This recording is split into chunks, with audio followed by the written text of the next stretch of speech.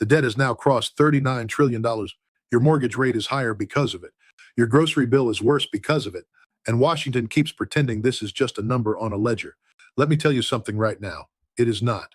This is the single most consequential economic reality facing every American household today, and the people who are supposed to be managing it have spent years kicking this can down a road that is running out of pavement. The gross national debt broke the $39 trillion threshold in March of 2026. For comparison, the debt was $34.5 trillion just 2 years ago, an increase of $4.5 trillion in only 2 years. And here's what makes that number truly alarming. This happened without a recession, without a massive stimulus package, and without a full-scale military operation. The rapid accumulation of debt is primarily the result of structural problems, not extraordinary events. Think about that for a moment. We did not even need a crisis to get here. This is just the ordinary day-to-day operation of the American government producing debt at a pace that has no historical precedent in peacetime. And if you are sitting there thinking someone in Washington is working urgently to fix this, I want to walk you through exactly what the numbers say, what the global reaction is, and what every single American needs to understand about what is coming. Because the establishment media is not going to tell you the full story. Let me start at the very foundation of this problem, because you cannot understand where we are going unless you understand how we got here. For decades, the United States operated under a very convenient assumption that because the dollar was the world's reserve currency, we could essentially borrow without limit, and the world would keep buying our debt.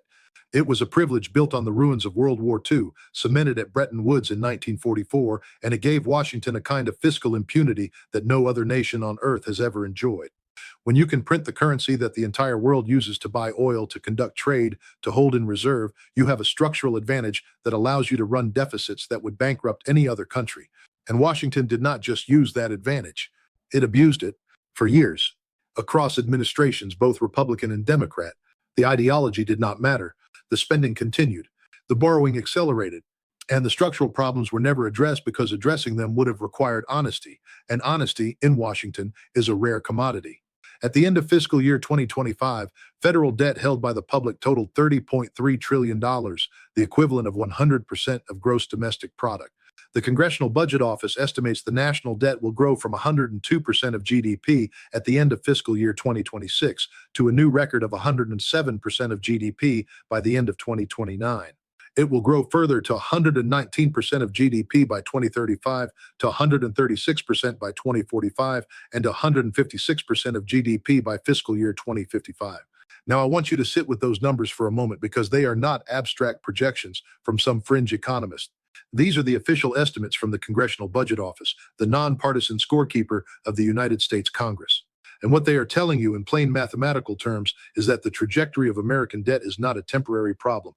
It is a structural condition that, left unaddressed, will define the economic reality of every generation that comes after us. This is not hyperbole. This is arithmetic. The federal government spent $1 trillion on interest payments in fiscal year 2025. That is $79 billion more than it spent in fiscal year 2024. Net interest was the second largest government expenditure in 2025, behind only Social Security, and totaled nearly one-fifth of all federal revenue collections. The federal government currently spends more on interest payments than it does on Medicare, national defense, Medicaid, veterans benefits, food and nutrition services, transportation, and science, space, and technology combined. Read that again. We are spending more money paying interest on our debt than we spend defending the country, than we spend on veterans, than we spend on the roads and bridges you drive on every single day. And it is getting worse, not better. Net interest payments on the national debt are projected to exceed $1 trillion in fiscal year 2026, nearly triple the $345 billion in interest the government paid in 2020 at the onset of the pandemic. Triple that in 6 years. That is the compounding effect of irresponsible fiscal management, and it is happening in real time right now, whether the news is covering it or not. Now, some people at this point will say, look, this has been a concern for years and nothing terrible has happened. The dollar is still the dollar. People still buy treasury bonds. The sky has not fallen. And they are right that catastrophe has not happened yet. But that argument misunderstands how fiscal crises actually work. They do not arrive with a press conference and a 2-week warning. They arrive like a wave that has been building offshore for years, and when it hits the shore, it hits fast, it hits hard, and by then it is already too late to build a seawall. A fiscal crisis, sometimes called a sovereign debt crisis, is a sharp economic shock or downturn caused or sparked by high levels of current or expected public borrowing. A fiscal crisis can take many forms, but is most likely to occur if investors lose confidence in the Treasury market. Reduced confidence in U.S. Treasury markets could lead to a spike in interest rates, panic among traders, devaluation of assets, freezing or slowing of credit, and failure of key financial institutions. That is not a theoretical scenario. That is a playbook we have watched unfold in other countries, and the United States is not immune to history simply because it is the United States. In the case of a large-scale default, U.S. debt around the world, the backbone of the global financial system, would experience large valuation losses and have its status as a reliable, safe asset undermined. Banks would fail, credit markets would freeze, stock markets would crash, pension funds would default, and countries around the world would enter deep recessions. That is not one analyst's opinion. That is the documented consensus assessment of what a U.S. default would mean for the global economy. And here's the part that Washington does not want to talk about. The conditions that make a default possible are not theoretical anymore. They are baked into the trajectory we are already on. Let us talk about what Congress has actually done about this. Because the narrative you hear from politicians is that they are working on it, that they are finding solutions, that the economy is resilient. Policymakers added $4.1 trillion in new 10-year debt in 2025, most of which came from the One Big Beautiful Bill Act. The Committee for a Responsible Federal Budget estimates that OBBBA will add $500 billion to the deficit in 2026, $635 billion in 2027, and $4.1 trillion to deficits over the decade, including interest. So rather than addressing the structural debt problem, Congress passed legislation that accelerates it. That is the reality. That is what actually happened. And then there is DOGE, the Department of Government Efficiency, which was set up with the explicit goal of cutting $2 trillion in waste, fraud, and abuse. Budget analysts estimate that DOGE cut anywhere between $1.4 billion to $7 billion, against a deficit of $1.8 trillion, against a total debt of $39 trillion and climbing. The math simply does not work, and no amount of political spin changes what the numbers say. The CBO said that the deficit for fiscal 2026 will be about 5.8% of GDP. But the U.S. deficit to GDP ratio will average 6.1% over the next decade, reaching 6.7% in fiscal 2036, far above U.S. Treasury Secretary Scott Bessent's goal to shrink it to about 3% of economic output. This is the gap between aspiration and reality in Washington. The Treasury Secretary says 3%. The nonpartisan scorekeeper says 6.7%. Someone is living in a fantasy, and it is not the CBO. And this matters for everyday Americans because it is not just about abstract economic theory. This trajectory directly affects your mortgage rate, the interest on your car loan, the cost of borrowing for the small business on your street.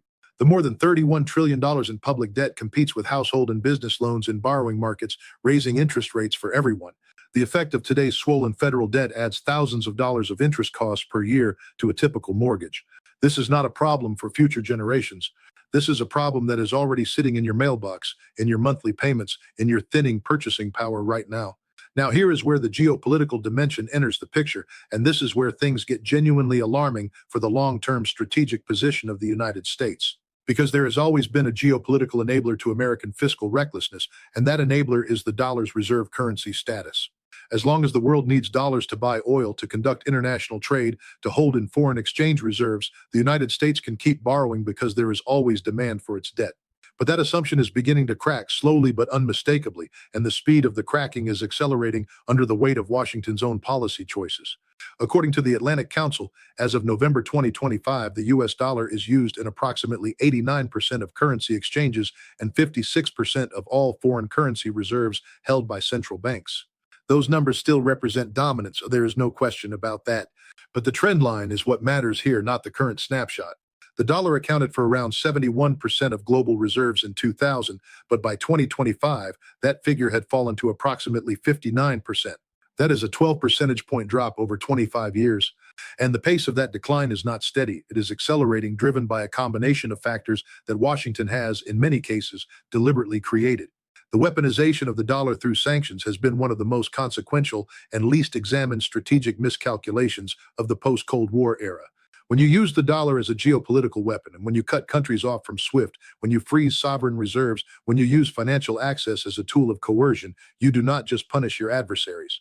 You teach every other country on earth that holding dollars and depending on the dollar-denominated financial system is a strategic vulnerability. You accelerate the very process of de-dollarization that threatens the privilege that makes your debt sustainable. Nearly 95% of Russia-China trade now occurs in rubles and yuan, completely avoiding the dollar altogether. That is not a minor development. That is the world's largest energy exporter and the world's largest manufacturing economy, conducting their bilateral trade entirely outside the dollar system. BRICS, an alliance of major emerging economies, is working to reduce its reliance on the dollar and promote a more multipolar financial system that enhances economic autonomy. China and Russia now conduct most of their bilateral trade in yuan and rubles, bypassing the dollar entirely. And BRICS is no longer just 5 countries. As of early 2026, there are 10 BRICS member nations: Brazil, Russia, India, China, South Africa, Egypt, Ethiopia, Indonesia, Iran, and the United Arab Emirates. This is a bloc that now represents a substantial share of global GDP, global population, and critically global energy production. And they are developing, albeit slowly and imperfectly, alternative financial infrastructure designed specifically to operate outside the dollar system. The main de-dollarization trend in foreign exchange reserves pertains to the growing demand for gold. The share of gold in foreign exchange reserves has increased, led by emerging market central banks. China, Russia, and Turkey have been the largest buyers in the last decade. Gold prices are forecast to climb toward $4,000 per ounce by mid-2026. Central banks are moving into gold. That is a statement of distrust in the dollar-denominated financial system. When the institutions responsible for managing national wealth decide to diversify out of U.S. Treasury bonds and into gold, they are making a judgment about the long-term reliability of the dollar. And that judgment is being driven, in part, by watching Washington accumulate $39 trillion in debt with no credible plan to stop. A CFA Institute survey revealed that 77% of financial professionals consider U.S. finances unsustainable right now, with two-thirds expecting the dollar to lose reserve currency status within 5 to 15 years. That is not fringe opinion. That is the majority position among the people who manage the world's money professionally. When finance professionals, people whose entire careers depend on accurately reading economic reality, are saying this in those numbers, that should be front-page news in every newspaper in this country. The fact that it is not tells you something important about how deeply captured the mainstream media narrative is by the political necessity of maintaining confidence in a system that is cracking at its foundations.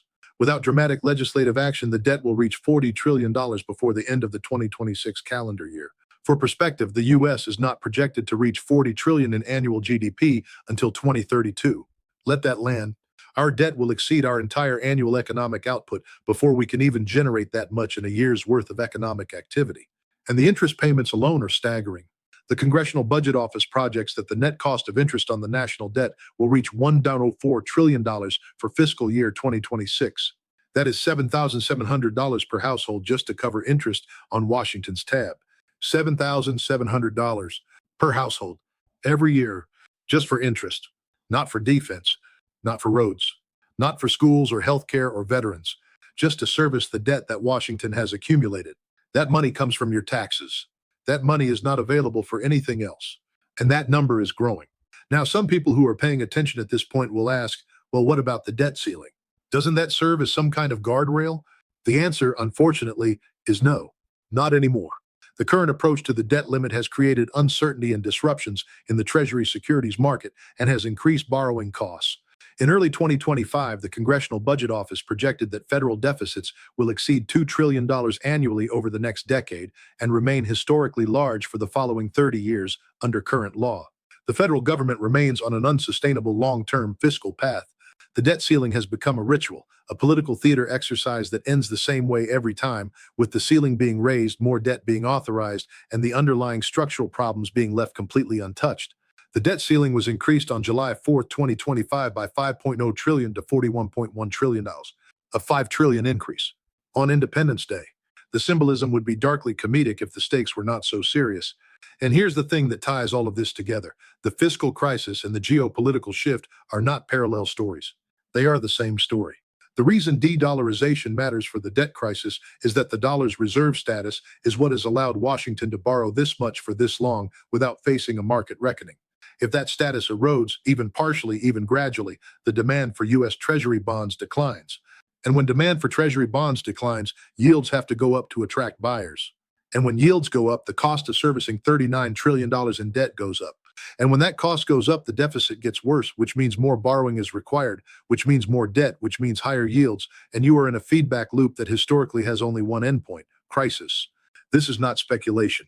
This is the documented mechanism of every major sovereign debt crisis in modern history.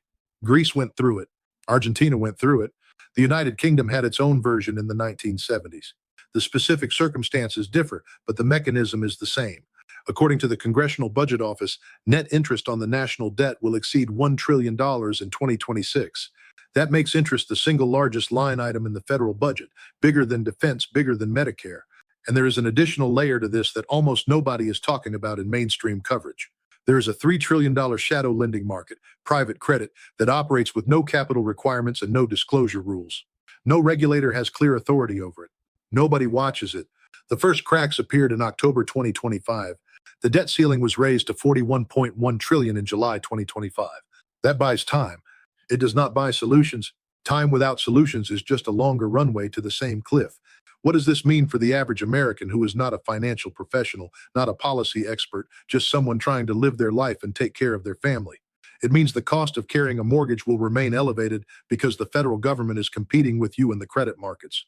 It means that Social Security's long-term solvency is increasingly in question because the fiscal flexibility to shore it up is being consumed by interest payments. Inaction to prevent insolvency of the Social Security Retirement Trust Fund will lead to a 24% across-the-board benefit cut in 2032, when today's 60-year-olds reach their normal retirement age.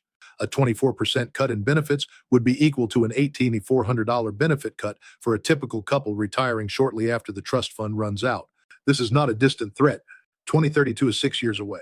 The people who would be affected by that cut are alive right now, working right now, planning their retirements right now on the assumption that those benefits will be there in full. It means that the global standing of the United States, the ability to use financial power as a tool of diplomacy and strategic influence, is being quietly eroded by the very debt that Washington refuses to seriously address.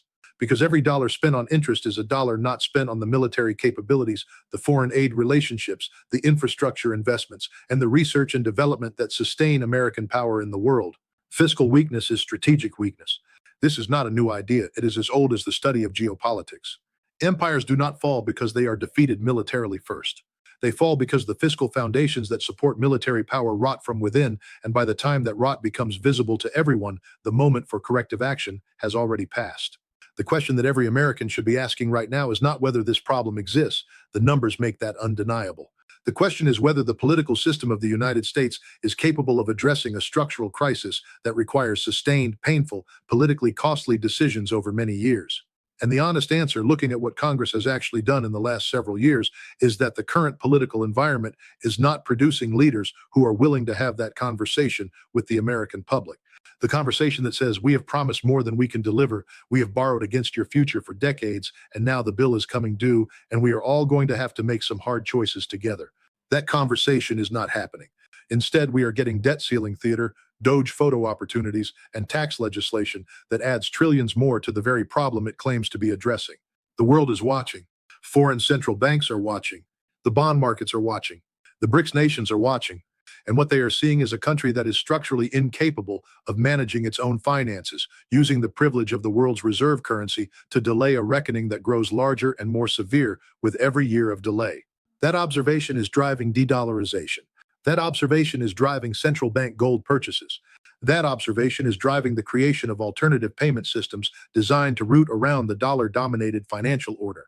And as those alternatives develop, slowly, imperfectly, but steadily, the structural support for American fiscal irresponsibility weakens.